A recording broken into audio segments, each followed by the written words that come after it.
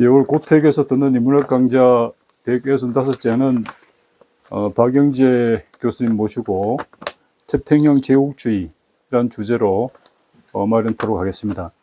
저희 강좌는 선생님께 짤막하게 질문을 몇 가지 드리는 것으로 시작하겠습니다. 교수님 문길 고맙습니다. 아이고, 별 말씀이에요. 교수님 저희 은사님이신데 51살 되실 때 됐고 지금 30년 만에 이런 자리를 마련하려고 하니까 저도 좀 울컥합니다. 교수님 제가 한 5가지 질문 드리도록 하겠습니다. 첫째 질문인데요. 제가 사전적인 의미로 찾아보니까 제국은 황제가 다스리는 나라, 제국주의는 우월한 군사력과 경제력으로 다른 나라나 민족을 정벌하여 대국가를 건설하려는 침략주의 경향으로 나옵니다. 인류 역사를 돌아볼 때 이러한 제국은 나타났다 사라지고 그렇게 맹렬했는데요. 2025년의 21세기는 대서양판이 저물고 태평양판이 부상한다고 봐도 되겠는지요. 그 태평양판의 미국과 일본이 20세기 제국주의의 말자라고 교수님께서 표현하셨는데요. 말자, 마지막 아들 또는 막내 또는 뭐 꽁무니 이렇게 해야 되겠는데요. 그렇다면 21세기 제국주의의 머리는 태평양의 어느 나라가 쳐들겠는지요? 글쎄요. 연변대학에 있을 때, 그 대학에 어느 한국에 중문학 교수가 왔었어요. 와가지고 특강을 하는데, 들어봤더니 중국이 패권주의가 될 것이다. 중국은 이미 패권을 가지고 있고, 앞으로도 세계적으로 패권을 행사하라 할 것이다. 이런 말을 해가지고 조금 시끄러웠어요. 저는 그 말을 듣고, 중국에 대한 일반적인 인상을 얘기한다면 그건 맞는 말이다. 그러나 중국의 전체 역사를 가지고 꿰뚫어 볼 때, 중국이 역사적으로 패권을 가졌다면 언제, 어떤 식으로 행사한 적이 있는가, 부터 우리가 생각해야 되지 않는가, 이런 얘기를 한 적이 있어요. 그 논제하고 오늘 질문하신 거하고 내용이 상통되는 게 있어요. 제국이라 그러면은, 그 제국이란 영어로는 임페리얼리즘, 그리고 엠파이어에서 나오는 단어긴 한데, 로마 제국도 있고, 청제국, 당제국 다 있지요. 일본은 스스로도 20세기 전반에 제국이라고 칭했으니까 다 제국이죠. 그럼 미국은 제국에 속할까 할 때 미국이 자신을 제국으로 생각한 적 한 번도 없고, 오히려 우리는 제국이 아니라는 걸 아주 애써 강조하면서 제국이 됐어요.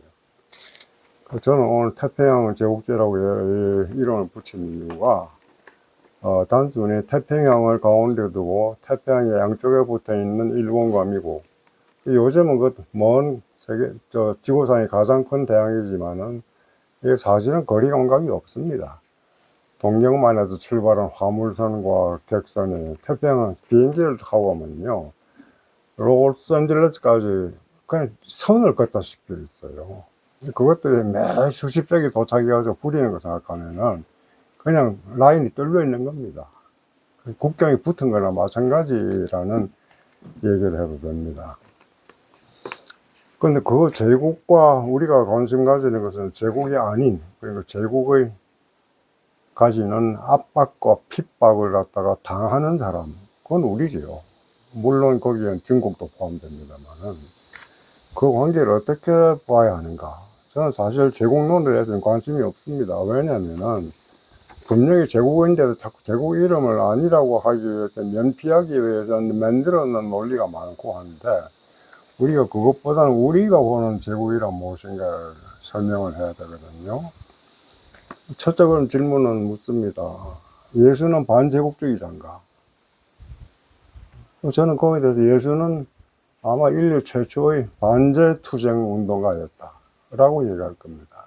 분명히 로마 제국의 압제 대항해에서 심지어는 계급적인 의미도 가지고 아주 폭넓게는 약자의 편에 서서 자기를 희생시키면서 나쁜 말 하자면 약자를 선동한 거죠. 그렇다면 그럼 중국은 어떠냐? 청제국이라 그럴 때 사람들이 제국주의라는 보편적인 개념에 반하는 제국이니까 일본 학자들이 뭐라고 붙였냐면 봉건 제국주의다. 그러니까 봉건이라는 용어를 여러분도 알다시피 이거는 피우달.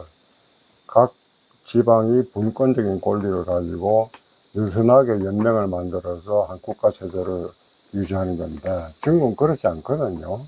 한나라 때부터 가운데 잠깐의 시기를 빼놓고는 역사 수천 년 내도록 철저한 중앙 집권을 해온 나라 아닙니까?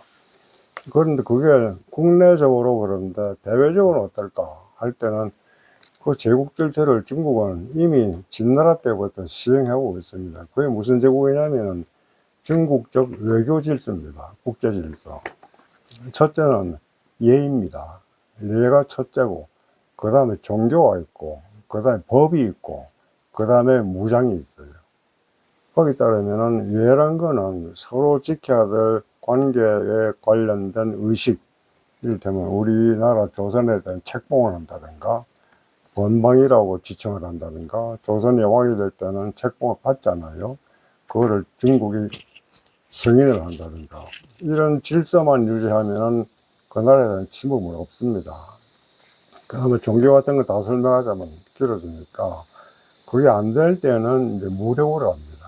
그때는 정복이 되고, 항복하면은 그냥 그때부터 다시 여기 관계를 맺고, 이런 질서죠. 근데 그거를 갖다 지금 태평양 제국주의라고 제가 가칭하자고 제안한 그 제국주의에 대해서 이게 20세기가 아니라 20세기, 19세기 말에 나중에 얘기하겠지만 태어났는데 지금까지 백수십 년 동안 해온 행적은 제국주의의 말자, 그러면 제국주의는 우리가 얘기하는 제국주의는 근대 서양 제국주의입니다. 근대 서양 제국주의. 레닌의 말을 빌자면은 자본주의의 마지막 단계에서 나타나는 할 수 없이 팽창할 수밖에 없는 제국주의 자본주의라고 할 때, 그건 맞습니다. 그러나 또 한편으로는 19세기 말 일본이 제국주의로 등장할 때 과연 자본주의가 그만큼 일본이 발전했느냐? 또 그건 아니거든요. 미국도 마찬가지입니다. 19세기 말에 폭발적으로 제국주의가 나타나는데 그때 미국의 자본주의가 그렇게 제국이 식민지가 꼭 필요할 정도로 자본주의가 발전한다는 건 아닙니다. 그래서 근대 제국주의의 마지막 담당자이면서 이 제국은 그 마지막 운명을 다하고 그 다음에 어떻게 될 것인가, 그 운명을 다 할 것인가, 이것도 우리가 오늘 따져봐야 될 화두 중에 하나입니다. 그래서 질문하신 거는 그 다음은 제국주의가 나타나겠는가? 그건 누구나 알다시피 중국밖에 없습니다. 힘으로 따지면, 군사력으로 따지면. 근데 그 군사력은 여러분 지난번 9.3절이라고 중국에서 항전 승리일이죠. 일본을 갖다가 완전히 이 항복 문제를 받은 그날을 기념한 군사 퍼레이드 보셨죠? 천안문 앞으로 지나가는 퍼레이드를. 뭐 엄청나게 미국인들도 사실 저 정도냐 할 정도로 강력한 무력을 과시를 하고, 최근에 또 항공모함 세 번째가 진주를 했죠. 지금 한참 연습하고 대만에 갖다 위협한다고 하고 있는데, 세 번째 잠수함, 항공모함입니다. 미국은 몇 척입니까? 아마 100척 가까이 될걸요. 항공모함을 따지면. 도저히 거기에 비할 수가 없고, 군사력을 가지고 중국이 그 군사력을 이용해서 제국주의적 질서를 미국과 일본이 가져봤던 그런 질서를 추구할 것인가에 대해서는 저는 부정적으로 봅니다. 그 외에 그럼 어떤 나라가 있느냐? 일본이죠. 일본은 군사력으로 따지면은 현재 중국보다는 열등하고 아마 한국보다는 현재 수준은 덜합니다. 못합니다. 그러나 잠재력은 뭐 핵폭탄을 뭐 한 달이면 뭐 수십 개 이상을 한꺼번에 만들 수 있는 원료와 기술을 다 가지고 있죠. 물론 운반차도 지금 달달에 가는 프로젝트에 함께 하고 있으니까, 미국하고. 그 생각하면은 강대한 군사국가가 될 가능성은 있지만, 제가 보기에는 불가능합니다. 그 이유는 이제 나중에 본론에서 말씀드리겠습니다.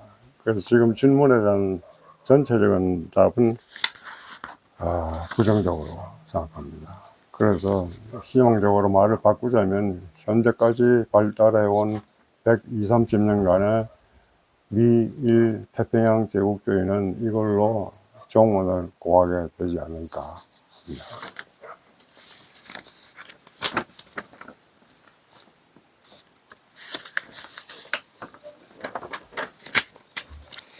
그럼 이제 태평양 대서양에서 태평양 올마온 제국주의가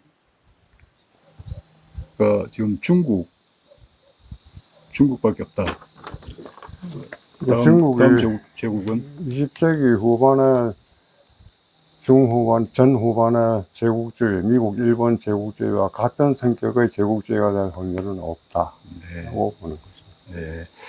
네, 교수님. 인공지능 AI에 점점 의지하게 되는 인류 역사는 그 전개의 예측 불허가 가속력이 붙는 것 같습니다. 인간이 인간을 정벌하는 제국주의 본성은 여전히 고래의 군사력과 경제력에만 의하게 될지요.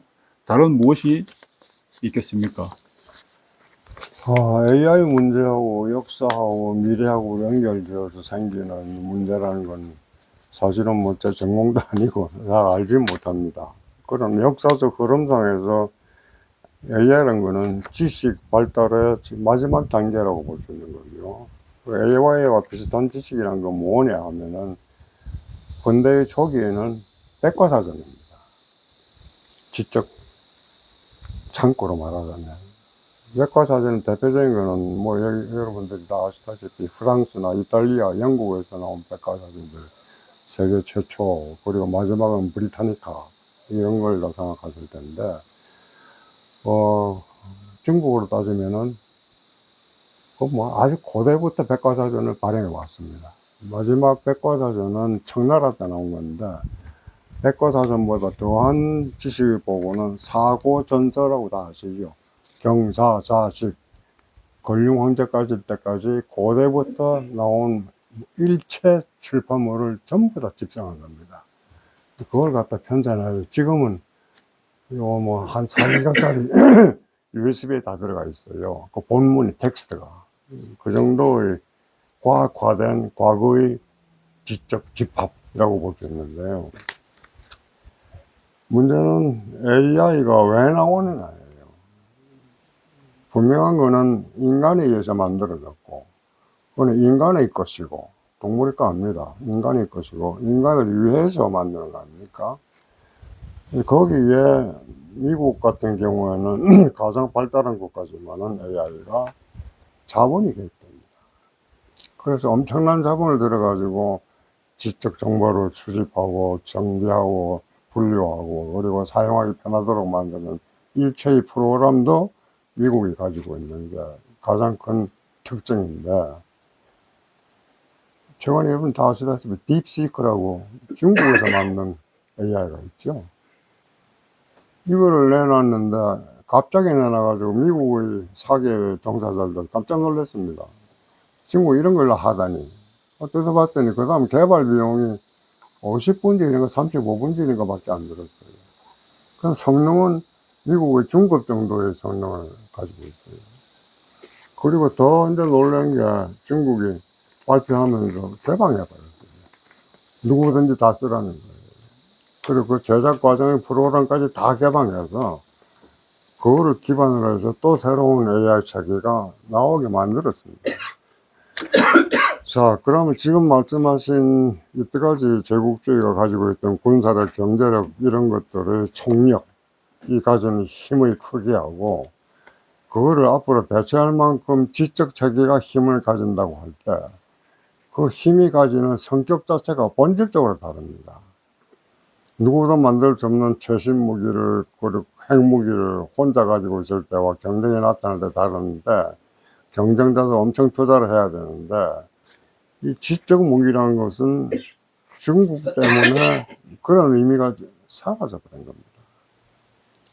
그 어떻게 될 것이냐? 얼마나 많은 사람들이 어떤 사람이 누가 무슨 목적을 위해서 쓰느냐에 달려 있어요. 나중에 다시 얘기하겠지만 전 세계의 역사, 우리나라 역사가 대표적이긴 하지만은 역사가 진전해온 것은 민중의, 대중의 다수의 의지로 움직이고 발전해 왔습니다. 아직 끝까지 오지 못해서 완성을 못했지만은 그 징조가 이미 역사적으로 나타나고 있습니다. 이럴 때 그 민중들이 가진 힘이 AI까지 같이 분점하면서 사용하게 될 때 일국에 의한 힘의 사용, 특히 AI라는 지적 체계의 독점은 존재하기 힘듭니다. 그래서 앞으로 나타날 제국이라면 제국, 가장 큰 힘을 가진 나라라면은 그 무기가 지적 무기라면, 그것이 AI라면 그거는 대단히 가능성이 줄을 겁니다. 교수님, 이제 앞으로 전투도 보면은 뭐 우크라이나 전에서 잠깐 보였지만 뭐 이제는 인간이 투입 안 되고 AI 인공지능을 장착한 기계 인간, 기계로 만든 개, 기계로 만든 로봇들이 전쟁을 대신하게 되는 그런 시대로 예, 가게 되지 않을까 싶기도 합니다. 많은 사람들이 그걸 예측하고 있죠. 불안해하고 네. 우려하는데, 지금 그런 불안과 우려가 언제 있었던 적이 있습니까? 없습니까? 근대 산업혁명 때 있었잖아요. 손으로 발로 틀을 짜고 해서 간디가 하듯이 돌려가지고 짜던 방식이 하루에 그 수만 배의 양의 기계로 짜 나올 때 그 노동자들이 어디 갑니까? 농업도 마찬가지입니다. 지금 스마트팜까지 포함하면은 그동안 지내온 농업의 발전이란 거는 우리가 상상할 수 없는, 농민들은 상상할 수 없는 지경에 와 있어가지고 농민이 직접 손으로 작업하는 게 얼마나 오래 갈지, 사고를 따질 때도 힘든데 저거를 갖다가 산으로 기어 오르고 다니면서 정확하게 사람만 딴 기계가 이미 개발 중이거든요. 돼 있고, 똑같은 우려를 우리가 AI에 할 때 저는 그거를 비관적으로 안 봅니다. 어차피 그거를 다루어야 되고 만들어야 되고 개척해야 되고 유지해야 되고 보수해야 되고 명령을 내려야 되는 사람이 있어야 됩니다. 그 다음에 그걸 해서 줄어드는 노동력이 다 무직자가 돼가지고 논팽이가 돼서 그 다음에 반란을 일으키고 난리나 일으킬 사람이 그건 아니거든요. 또 새로운 일거리가 사람이 아니면 못할 일거리가 생겨납니다. 왜냐면 지금 그 휴머노이드라 그래가지고 중국에서는 인형기기라 그러죠. 사람 모양을 닮은 로봇이라고 해서 그거 지금 시판되고 있거든요. 집에서 삽니다. 싼 거는 1,000만 원 되고 조금 나은 건 100억 원대예요. 돈 많은 사람들은 쉽게 살 수 있습니다. 근데 그게 미국은 아직 그 단계에 못 갔습니다. 가장 최고로 발전하고 최대로 보급되고 있는 중국은 어떤 시장입니까? 노동력이 넘쳐 흐릅니다. 제가 예를 들어 볼까요? 20세기 초에 2006, 7, 8년 사이에 제가 시골에 이만한 땅을 사가지고 집을 지었습니다. 한 40평짜리 집인데, 그 중국에 목수를 줘가지고 한 5, 6개월 걸려서 집을 지었는데, 그때 돈 우리 돈 한 150만 원 정도 들었어요. 그때 임금이, 노동자들 임금이 하루에 70원이었습니다. 우리 돈 한 1,400원? 아니, 14,000원. 14,000원인데, 이걸 집을 다 짓고, 그 다음에 몇 년 지나가지고, 고칠 때가 있어서 사람을 부르려고 그랬더니, 200원으로 오른 거예요. 임금의 3배가 뛰었습니다. 근데 이 수요 공급의 원칙에 따라서 인력이 모자라서 뛰었느냐? 당연히 그래야죠. 우리 자본주의 소리 얘기한다면. 그게 아니거든요. 그때도 역시 인력 시장이 있습니다. 거기도 병원 앞인데 거기 가면은 간판을 걸고 있어요. 목에다가 목공입니다. 하루 일당 얼마. 수도 배관공입니다. 해가지고 수십 명이 앉아 있습니다. 거기서 불러가지고 일을 시키고 그러는데 그때 그 사람들 실직원 받던 사람들 200원이 된 거예요. 임금이 3배 뛰었습니다. 그 물가가 올랐느냐? 그건 아니에요. 같은 기간 동안에 물가에 전국에서 가장 신경 쓰는 품목이 식량인데 쌀하고 돼지고기가 제일 대표적인 물가 지수 산물입니다. 쌀값은 약 한 1.5배 올랐습니다.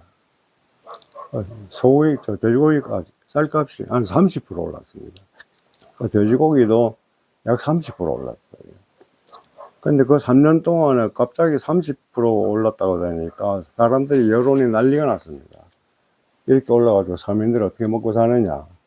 그런데 그 사이에 교수나 월급쟁이들 월급은 별로 안 올랐어요. 그저 한 뭐 10%, 20% 정도 올랐을 겁니다. 그 노동자들 임금은 30% 오른 거예요. 아, 그렇지. 70원에서 일하는 게.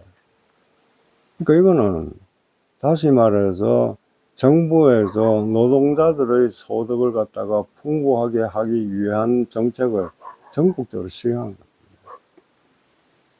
그 서민들의 물가는 안 오를 수가 없으니까 그러나 견딜만 할 정도로 오르게 정책을 썼다고 밖에 볼 수 없지요. 그렇다면 지금 중국에서 그 많은 인구와 그 많은 노동력 풍부한데도 불구하고 AI는 노동력을 배제하고 대체하는 품목이라고 하는데 그걸 왜 개발해 세계 어떻습니까? 그 장난을 한 건 아니잖아요. 전망을 가지고 앞으로의 인력 계획, 수급 계획에 대한 그 노동력이 어디로 갈지에 대한 정부 차원의 계획이 있으면 안 될 게 없다는 걸 증명을 합니다. 우리가 우려할 때는 뭐 제멋대로 가고 있는 레스페르 자본가들을 알아서 할 거야. 경쟁하고 나면 좋은 결과가 나올 거야. 시장에 맡기자. 소위 시장 자유 경제주의로서는 상상을 못하지. 그 우리 사고 틀을 깨야 됩니다. 이 경제 체제 하에서 이 자본주의, 이 시장 경제 우위 자유 뭐라고 하는 이 속의 사고 방식 가지고 미래를 뭐 예단한다든가 그 자체가 저는 출발점에 대단히 곤란하다고 생각해요. 네. 저는 잠깐 인간의 통제를 벗어나서 판단까지 하려는 기계가 총을 들었을 때, 인간을 향했을 때, 그런 상상을 좀 가끔 해보곤 했습니다. 낙관합니다. 최근에 뭐 엊그제 그런 얘기가 나오더라고요. 가정 발달한 인조인간은 자기 배터리가 떨어지면 자기가 갈아 낀대요. 그까지 하겠죠. 또 더 할 겁니다, 아마. 근데 자기를 만드는 인간을 향해서 총을 쏜다든가, 중국에는 벌써 편대가 편성됐죠. 보병하고, 인조 보병하고 같이 섞어서 소대를 만들었어요. 근데 먼저 진격시켜가지고 보내가지고 싸우게 하고, 사람들 죽이면 그 다음에 사람 보병이 들어가서 본격적으로 싸운다는 얘기인데, 그게 아마 규모가 더 커지겠죠. 근데 적군을 향해서 쏘는 총이 아군을 향해서 쏜다. 그건 기계 오작이 있을 수 있죠. 그거는 예외겠습니까? 안 그러면은. 보편적인 일이 될 수가 있나요? 민족 군대 전체가 다 짜가지고 반란을 일으키듯이 야, 우리 총뿌리 돌리자 해가지고 돌리는 경우가 있을까? 그거는 적어도 로봇이란 게 인간이 만든 기계고 도구인 이상은 우리가 예외적으로는 상상하기 쉽지 않을까라고 생각해요. 다만 이제 판단까지 로봇에 맡긴다. 요새 뭐 사법계가 하도 말썽이 많으니까 차라리 판례를 다 집어넣어가지고 AI로 하여금 재판하게 하자는 말이 있죠. 근데 그건 조건이 있습니다. 인간들이 그릇된 판단을 하니까 판사라는 인간들이 제대로 된 판단을 하면 그걸 AI 얘기 왜 나오겠어요? 그런 모든 전제 조건을 깔아놓고 그 다음에 함정파듯이 그러니까 그것도 인간을 가고 인간은 불행해질 것이라는 거는 저는 인간에 대한 일종의 배신이고 인간을 너무 불신한다고 생각해요. 모두가 인간의 제품입니다. 결국은 인간의 지배해야 있기 마련이고, 결국은 인간을 이롭게 할 것이다. 라고 나는 믿습니다. 네. 네. 교수님께서 50대 초반일 때 신촌 교정에서 뵙고 일본 제국주의를 공부했습니다. 그때 제 생각이 이런 의미심장한 말들이 왜 교실 안에, 학교 안에서만 맴돌아야 하는가 하는 의문이 있었습니다. 그 말들이 학교 담장을 넘어서 세상으로 널리 스며들었으면 좋겠다라고 생각했는데, 제가 그 생각을 실행하는데 30년이 걸렸습니다. 오늘인데요. 교수님의 박사학위 논문 무서 무네미스의 사상과 실행을 쓰실 때 일본과 그때 1982년이니까 이제 40년이 지난 지금의 일본은 무엇이 같고 무엇이 다른지요? 다 됐습니까? 네. 일본이라는 그 어떤 제국주의 본성이 변함없이 그대로 항구적으로 대로 가고 있는 것인지, 좀은 뭔가 변화가 있는지. 좀 제가 궁금합니다. 일본 역사를 전공한답시고 공부를 평생 했는데, 가장 마지막 핵심 주제가 그겁니다. 바로 그건데, 어젠가 보니까 우리 톡방에 어떤 분이, 여기 혹시 안 계신지 모르겠어요. 무츠 무네미스에 관한 글을 하나 올렸더라고요. 네. 아마 오늘 사전에서 따온 모양인데, 네, 그럼 대구에 계시는 분인데 이제 안 계십니까? 오늘 안 오셨습니다. 안 계시면 안심하고 요걸 좀 여기 옛날에 거기 뭐라고 나오냐면은, 어느 백과사전을 따온 모양인데, 무츠 무네미스에 대한 한국의 평가, 뭐 나오고, 일본의 평가, 뭐 나오고, 이래서 자기 딴에는 상당히 중립적인 입장을 취한다는 식으로 이제 작성된 무츠 무네미스 전기였어요.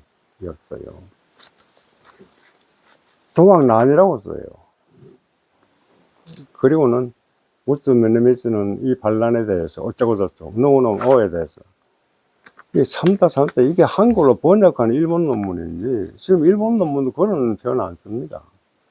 무츠 무네미츠가 쓴 동아시아 근대 외교사에서 가장 중요한 문서가 그가 남긴 외교사 비화입니다. 켄켄로쿠라 그래서 우리나라 말로는 번역되어 있습니다. 저도 그걸 몇십 번을 읽었는데, 첫 장이 뭐냐면은 동학 땅의 난으로 시작됩니다.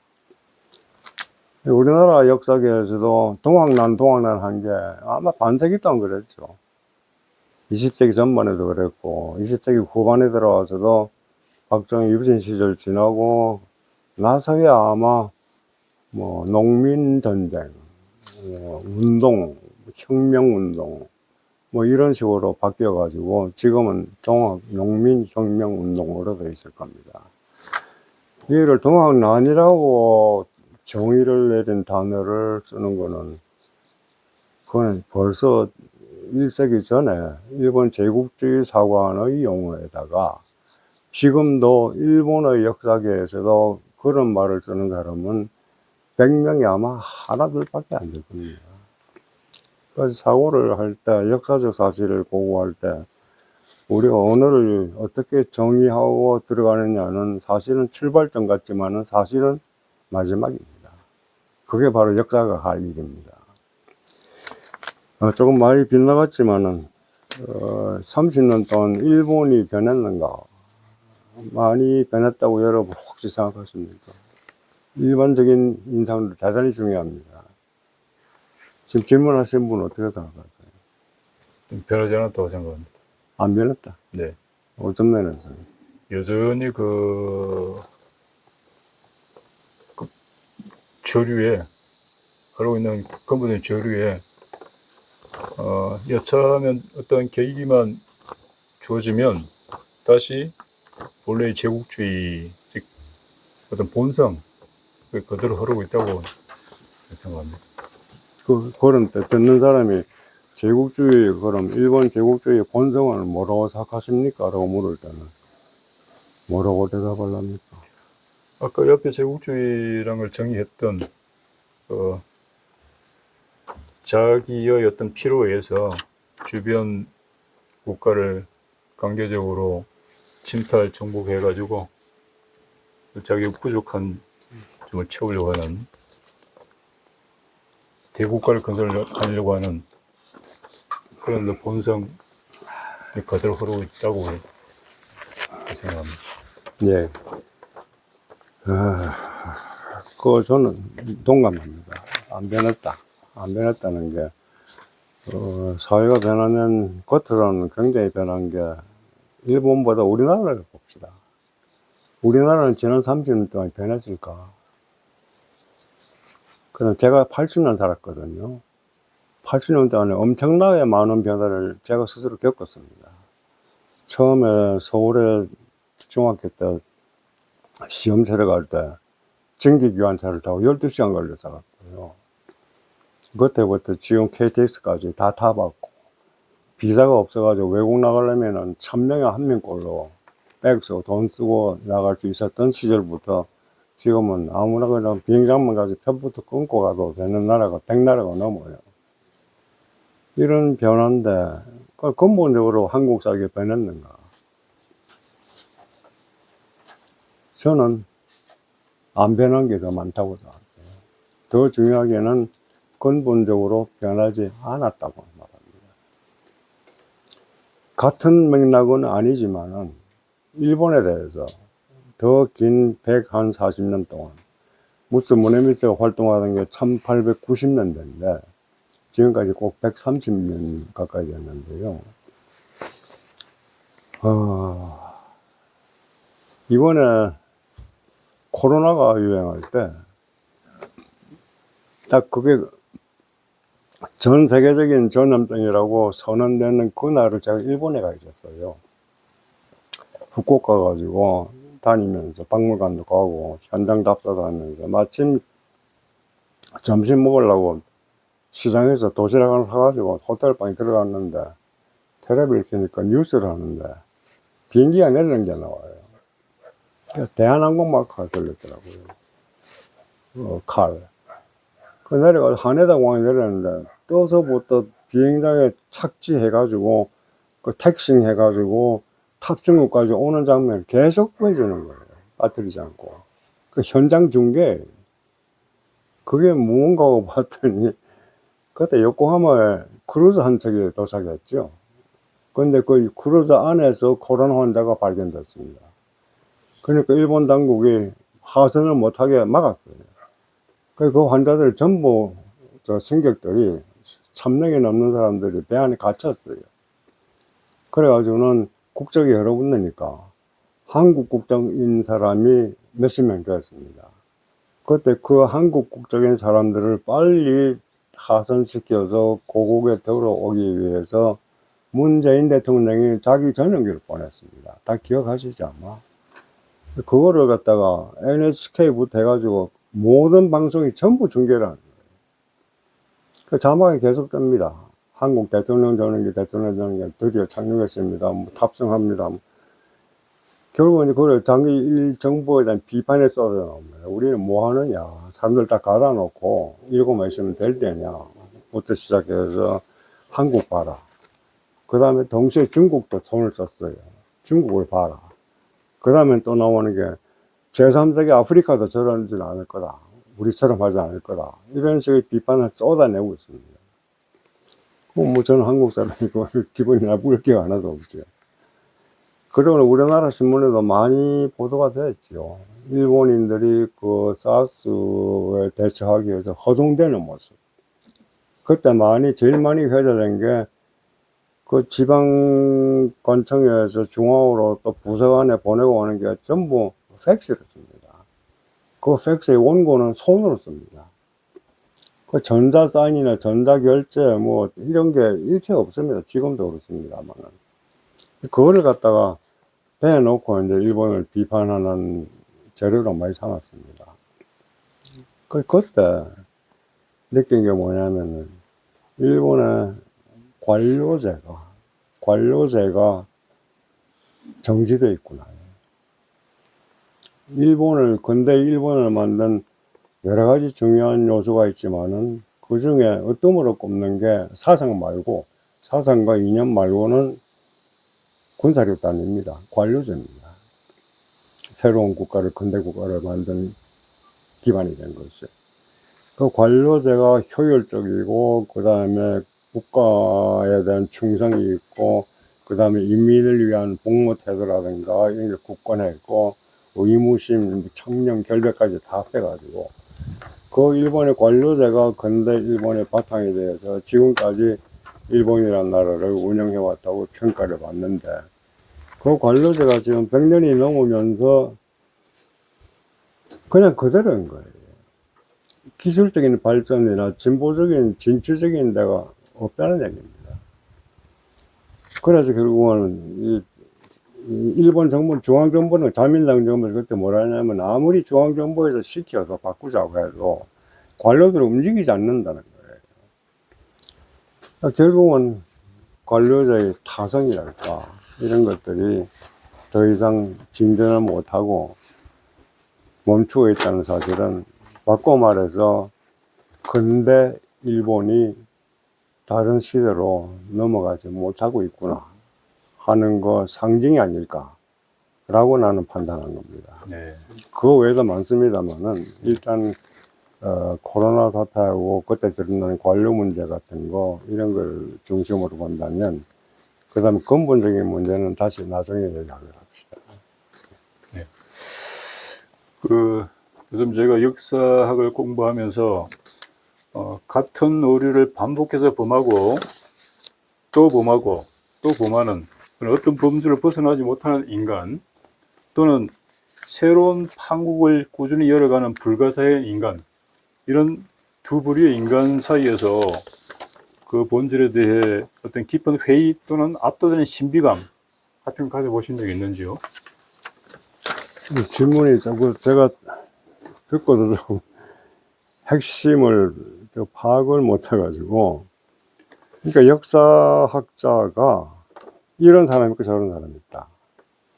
역사학이 일종의 사람의 살아온 발자취를 이제 연구하고 하는 그런 거지 않습니까?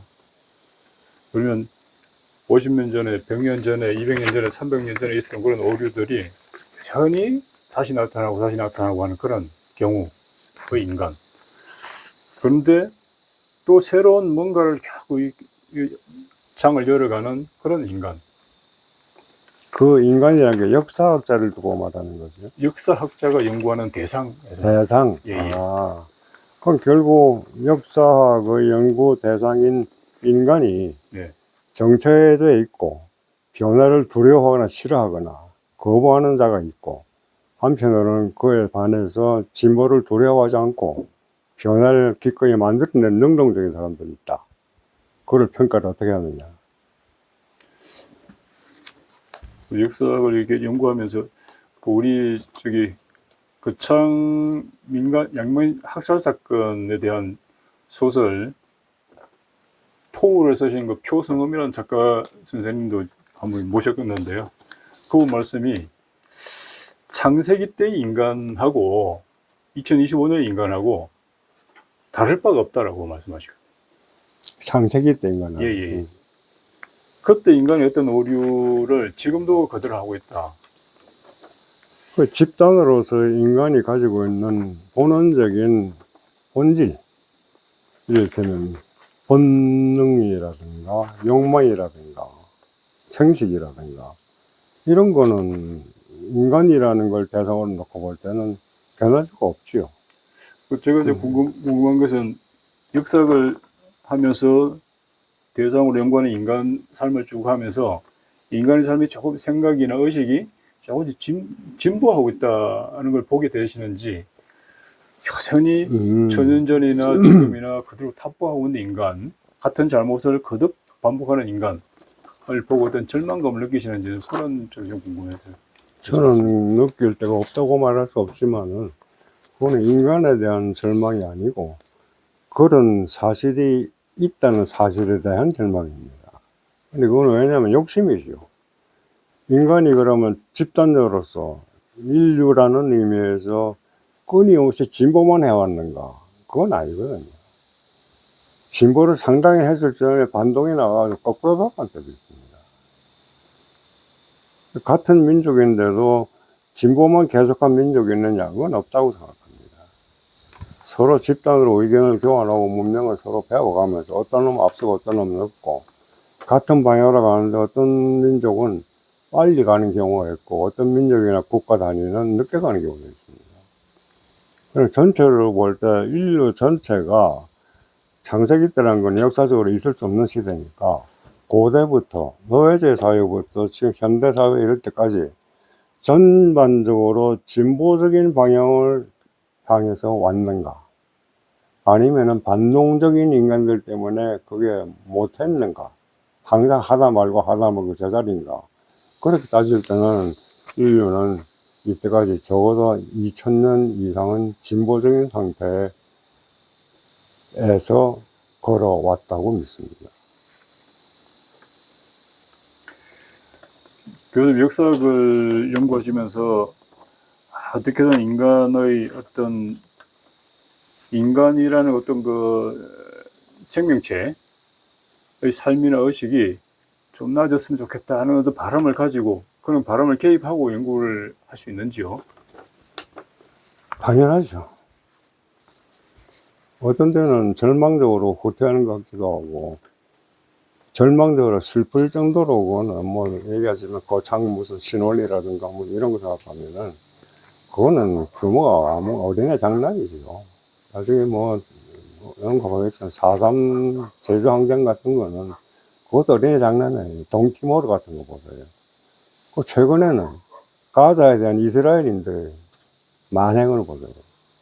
그 전쟁이라고 표현하는 아이들이 있어요. 어떻게 전쟁입니까? 학살이지. 아무것도 무장하지 않는 집단적인 평민들에 대해서 로켓포하고 원자탄을 안 쓸 뿐이지 비비탄을 안 쓴 단락이 없습니다. 그런 학살은 6만 명 죽었거든요. 6만 5천인가? 짧은 시간 안에. 그러니까 우리가 생각을 갖다가 고유명사를 빼서요. 제가 후배들한테 항상 하는 얘기입니다. 역사 공부할 때 고유명사와 연도를 빼자. 그래야 본질이 나온다고 얘기를 합니다. 신원리 학살이든 여순 학살이든 제주 학살이든 이름 다 빼면 1940년대의 전 세계의 동아시아에서 일어난 학살입니다. 그때 동아시아를 빼도 좋습니다. 지구에서 일어난, 지구는 뺄 수 없으니까. 그러나 그때 제주에서 당한 유족들이 다 일본으로 내빼고 숨고 해가지고 20년 이상 뭐 이 입도 못 푼 것하고 살았어요. 그분들이 지금은 그 사건을 기념하는 어마어마한 공원을 갖고 있습니다. 요새 애들은 제주 사건이 안 그래요. 그래도 제대로 이름을 붙여가지고 항쟁이라든가. 그건 진보 아닙니까? 비록 죽었지만. 그거에 대해서 제가 하나 금년에 들어와서 새로 깨친 게 있어요. 제가 원래 기독교 신자입니다. 모태신앙이라고 어머니, 뭐 아버님 다 그 교회에서 교회도 지어지고 장로, 집사, 권사까지 하신 분들인데 부활절이면 항상 교회를 가고 그랬습니다. 물론 요새는 안 다니지만 이번 부활절 의미를 생각해 봤어요. 마침 그때 텔레비에서 말로 부활이라는 교향곡이 있죠. 제 2번인데 그게 나오더라고요. 제가 좋아하는 거에서 들으면서 예수의 부활이라는 게 교회가 모시는 어떤 우상이라 말해도 좋습니다. 예수는 일종의 우상이니까요. 이 죽었다가 살아난 그 기적 같은 행위를 자꾸 기리잖아요. 이게 아니잖아요. 초기 부활을 갖다가 성경에 기입하게만 기술한 제자들이 생각할 때 이분이 죽은 줄 알았는데 나중에 보니까 살아났더라. 이런 큰 기적이 우리 예수님한테는 일어났다는 거예요. 그건 더 믿으라는 거예요. 이런 거 안 믿고 못 믿겠니? 그래서 예수의 우상화랄까 하는 게 퍼져나가는데 우리가 반드시 잊지 말아야 될 게 퍼져나간 대상이 전부 지제적에 못 사는 사람들이에요. 로마 제국에서 비압박, 압박을 받던 무리들인데 그 무리들이 희망을 갖게 만드는 겁니다. 예수는 죽었지만은 예수 자신이 몸으로 산 게 아니라 그 예수의 정신이 전파가 되는 거 아닙니까? 자, 그러면은 2025년에 우리가 또 부활절을 생각해 볼 때, 제 생각입니다만은, 한강 작품이 떠오르더라고요. 과거가 죽은 자가 현재를, 살아있는 자를 도울 수 있는가. 아마 거기에 지각되어 있을 거예요. 1890년대 동학 농민혁명에 참가했다가 맞아 죽고 한 사람들은 다 죽은 자들인데 그분들은 이름이 없지만은 지금 우리한테 살아있는 거 아닙니까?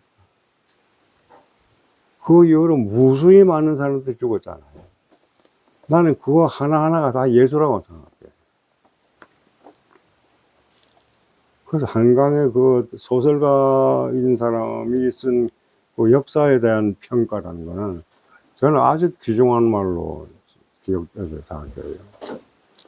그래서 우리가 역사의 진보라 같은 걸 믿을 때 또는 역사의 힘이 무엇인가 또 진보의 힘은 무엇인가 이런 거 물을 때 늦지만은 진보하고 있고 그 힘은 항상 과거 민중들의 한 행위에 의해서 보상되고 그것의 열매를 보고 있는데 우리는 모르고 있다. 그 얘기를 난 지적하고 싶어요. 네. 그럼 하나만 이제 마지막에 여쭤보겠습니다. 지금 말씀 주신 것들과 좀 주제가 연결되는 것 같은데요. 역사학의 역량을 여쭤보고 싶습니다. 인간과 인간 사이, 과거와 미래 사이에서 진행되는 사건에 역사학은 역동적으로 작동할 수 있는지요? 아니면 간극을 두고 관망하다가 사실을 정리하러 나서게 되는 게 역사학인지, 그 점이 늘 좀 궁금했습니다. 역사학에 대해서. 예, 역사학이 하는 일이란 게, 대체로 두 가지로 합니다. 하나는 기록자, 역사학자는 기록자다. 그 다음 또 하나는 해석자예요. 과거의 역사 기록을 들춰을 해가지고, 이거는 무슨 의미가 있다라고 단정을 짓거나 정의를 내리고 해석을 하는 사람들인데, 고대 역사라는 게 뭐 터키디데스 같은 사람을 들지만 동양에서는 아마 사마천의 사기가 원조라고 생각이 되죠.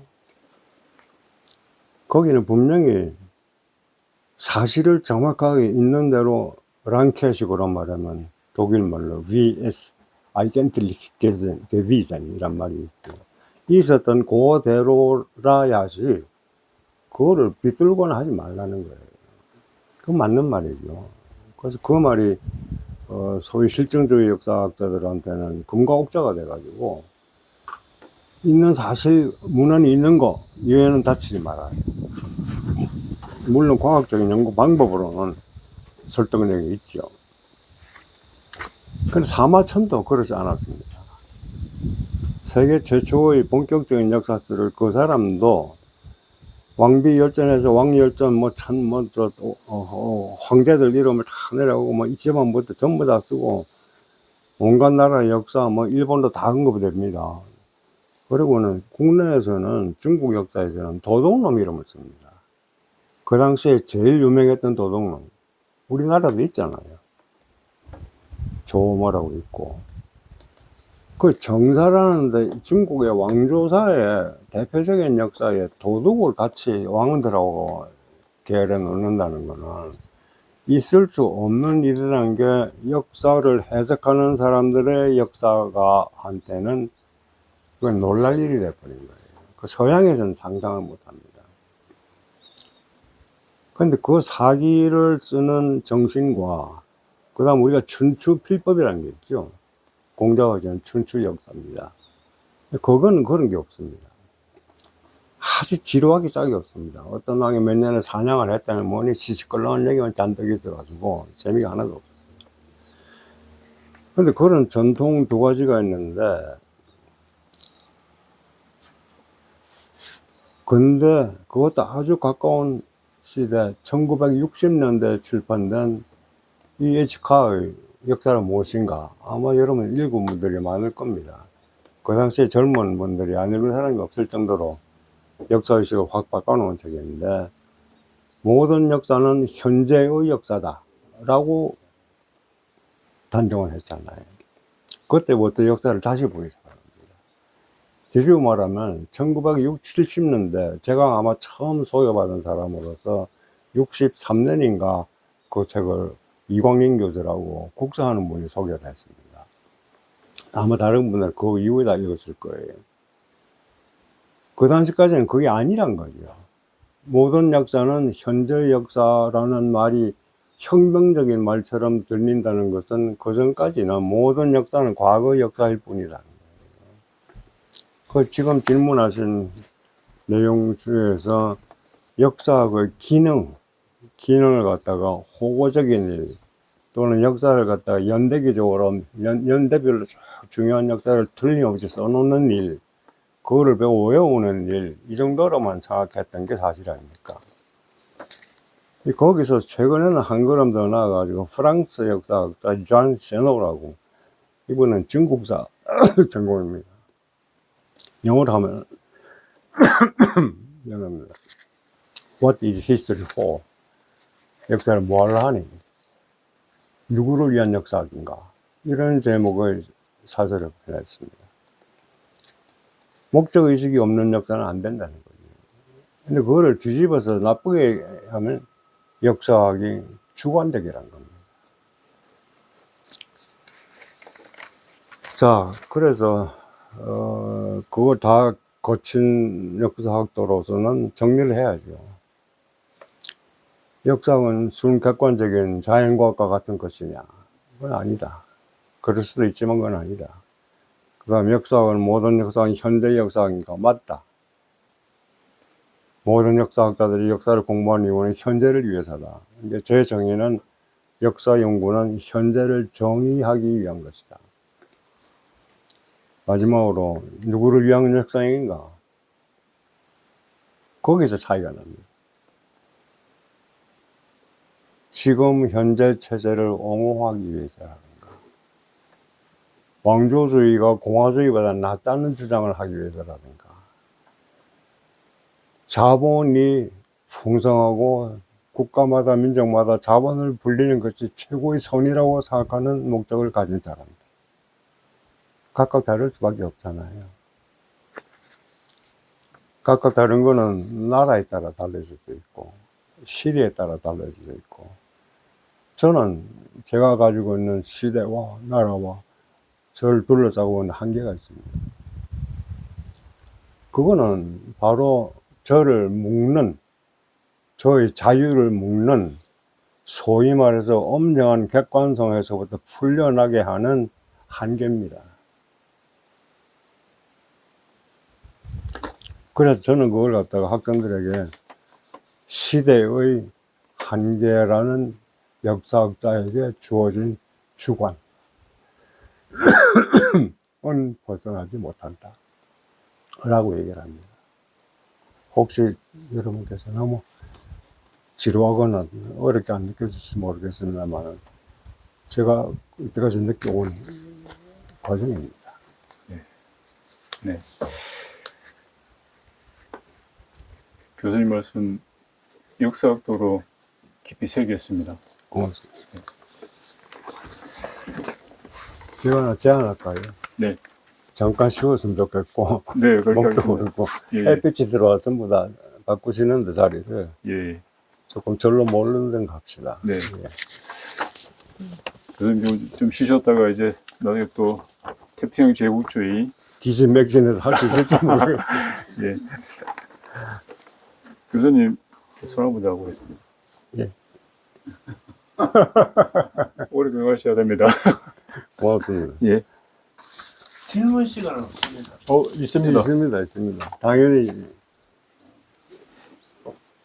담배 한 대 피우겠습니다. 아, 다른 게 있습니까? 예.